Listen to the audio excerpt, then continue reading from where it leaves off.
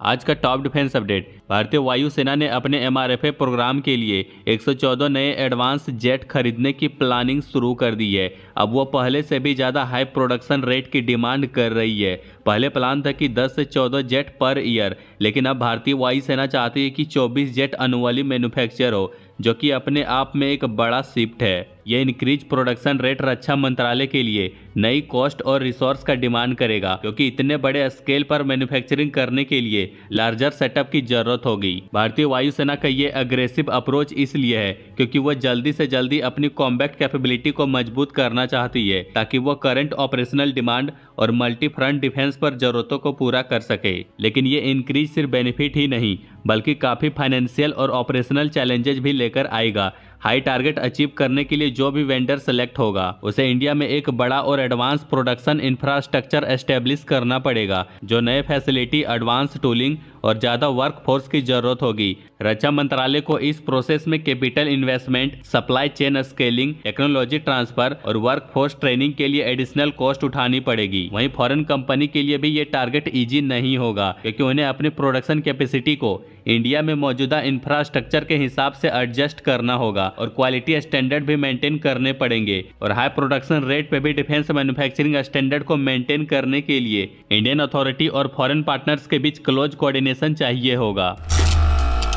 India की defence technology में एक बड़ी रिवोल्यूशनरी लीप आ रही है। एचएल अपने मल्टी रोल हेलीकॉप्टर और deck based multi role helicopter में MUMT इंटीग्रेट कर रहा है। एचएल का टारगेट है कि हेलीकॉप्टर ऑपरेशन को नए लेवल पर ले जाना है। मैंडेड हेलीकॉप्टर को अनमैंडेड एरियल व्हीकल के साथ टीम अप करके हाई रिस्क कॉम्बैट जोन में बहुत फायदा होगा। इमेजिन कीजिए, एक हेलीकॉप्टर बैटलफील्ड के पास ट्रूप डिप्लॉय कर रहा है और साथ ही यूएवी से रियल टाइम इंटेल मिल रहा है, तो इससे सोल्जर को टैक्टिकल एडवांटेज मिलेगा। ये कोऑर्डिनेट ऑपरेशन मिशन सक्सेस को बूस्ट करेगा और पर्सनल और रिसोर्स को सेफ रखेगा। एचएल के MUMT इनोवेशन प्लानिंग और इफेक्टिवनेस को भी शार्प बनाएगा। इस कैपेबिलिटी को सपोर्ट करने के लिए एचएल ने RUAV 200 डेवलप किया है, जो एक fuel powered rotary wing UAV है, जो हाई एल्टीट्यूड और लॉन्ग ड्यूरेशन मिशन के लिए है। सर्विलियंस और टारगेट एक्विजिशन कैपेबिलिटी के साथ RUAV 200 इंडियन फोर्सेस के लिए गेम चेंजर है। ये पूरा प्रोजेक्ट स्वदेशी है, जिसे एचएल ने DRDO और IIT कानपुर के साथ मिलकर बना रहा है, ताकि इंडिया अत्याधुनिक डिफेंस टेक्नोलॉजी में आत्मनिर्भर हो। IMRH और DBMRH से पुराने Mi-17 भी हेलीकॉप्टर रिप्लेस करना होगा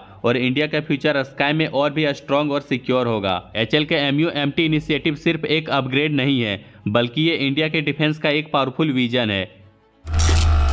इंडिया के LCA प्रोग्राम में एक नया माइलस्टोन अचीव करने की तैयारी है। एरोनॉटिकल डेवलपमेंट एजेंसी ने LCA एयरफोर्स MK2 के लिए telescopic type retractable refuelling system के लिए एक्सप्रेशन ऑफ इंटरेस्ट रिलीज किया है। LCA-AF MK2 को एक एडवांस फ्यूल सिस्टम के साथ डिजाइन किया जा रहा है, ताकि हाई ऑपरेशनल डिमांड को मीट किया जा सके। यह नया फीचर एक टेलीस्कोपिक प्रोब और ड्रॉग्यू के साथ air to air refuelling system aircraft की रेंज और इंडोरेंस को इंक्रीज करेगा, जो इसे लंबी और इंटेंस मिशन के लिए और पावरफुल बनाएगा। मिड एयर रिफ्यूलिंग किसी भी फाइटर जेट के लिए गेम चेंजर है। EOI में टेलीस्कोपिक प्रोब और ड्रॉग्यू डिजाइन स्पेसिफाई किया गया है, जिसमें LCA MK2 से प्रोब एक्सटेंड होकर टैंकर के ड्रॉग्यू से कनेक्ट होता है। यह system mid air refuelling operation में फ्लेक्सिबिलिटी और इफिशिएंसी प्रोवाइड करता है। LCA तेजस MK1A के स्ट्रॉन्ग सक्सेसर के रूप में MK2 का ये रिफ्यूलिंग कैपेबिलिटी के साथ आना इंडिया के डिफेंस को और भी मजबूत बनाता है। यह भारतीय वायुसेना की मॉडर्नाइजेशन में एक बड़ा कदम है, जो फ्यूचर कॉम्बैट रोल में स्वदेशी टेक्नोलॉजी को फोर फ्रंट पर लाएगा।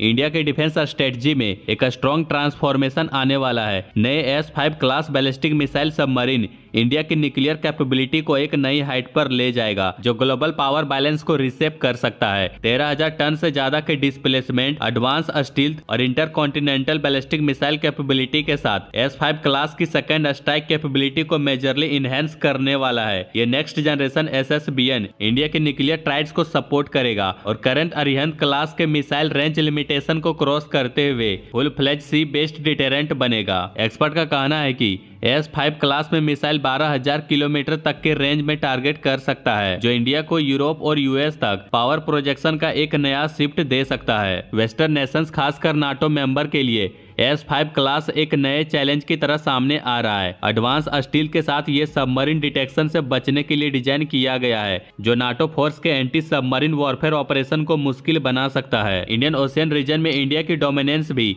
S5 क्लास के साथ और स्ट्रॉन्ग हो रही है, जो अपने मैरीटाइम बॉर्डर्स को सिक्योर करते हुए एशिया से बाहर तक पावर प्रोजेक्ट करने के टारगेट को और आगे तक बढ़ाता है। ये इंडिया की रीजनल पावर हाउस बनने की एम्बिशियस की तरफ एक बड़ा कदम है। इंडिया के S5 class submarine regional nuclear dynamics को रीडिफाइन करता है और ग्लोबल सिक्योरिटी के नए सवालों को उठाती है।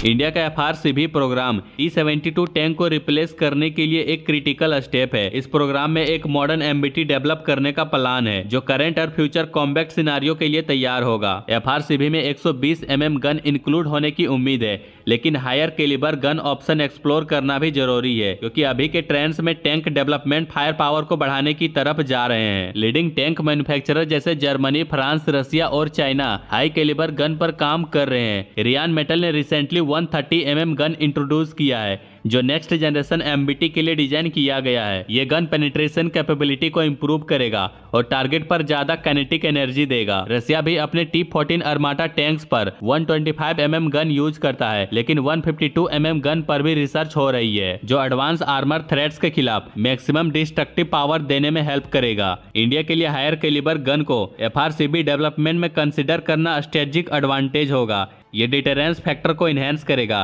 क्योंकि नेबरिंग कंट्री जैसे चाइना अपने MBT अपग्रेड कर रहे हैं। लार्जर कैलिबर गन से आर्मर पेनिट्रेशन, रेंज और फोर्टिफाइड टारगेट के खिलाफ इम्पैक्ट भी बढ़ेगा, जो अर्बन और माउंटेन वॉरफेयर में इंडियन फोर्सेस के लिए वर्सेटाइल फायर पावर प्रोवाइड करेगा। FRCB का ये अपग्रेड इंडिया को ग्लोबल मिलिट्री स्टैंडर्ड के साथ रखेगा और आर्मर्ड वॉरफेयर में एक सिग्निफिकेंट प्लेयर बनने में हेल्प करेगा। इंडिया के मिलिट्री मॉडर्नाइजेशन पर अपडेट्स के लिए बने रहिए। बाकी लाइक एंड सब्सक्राइब जरूर करें।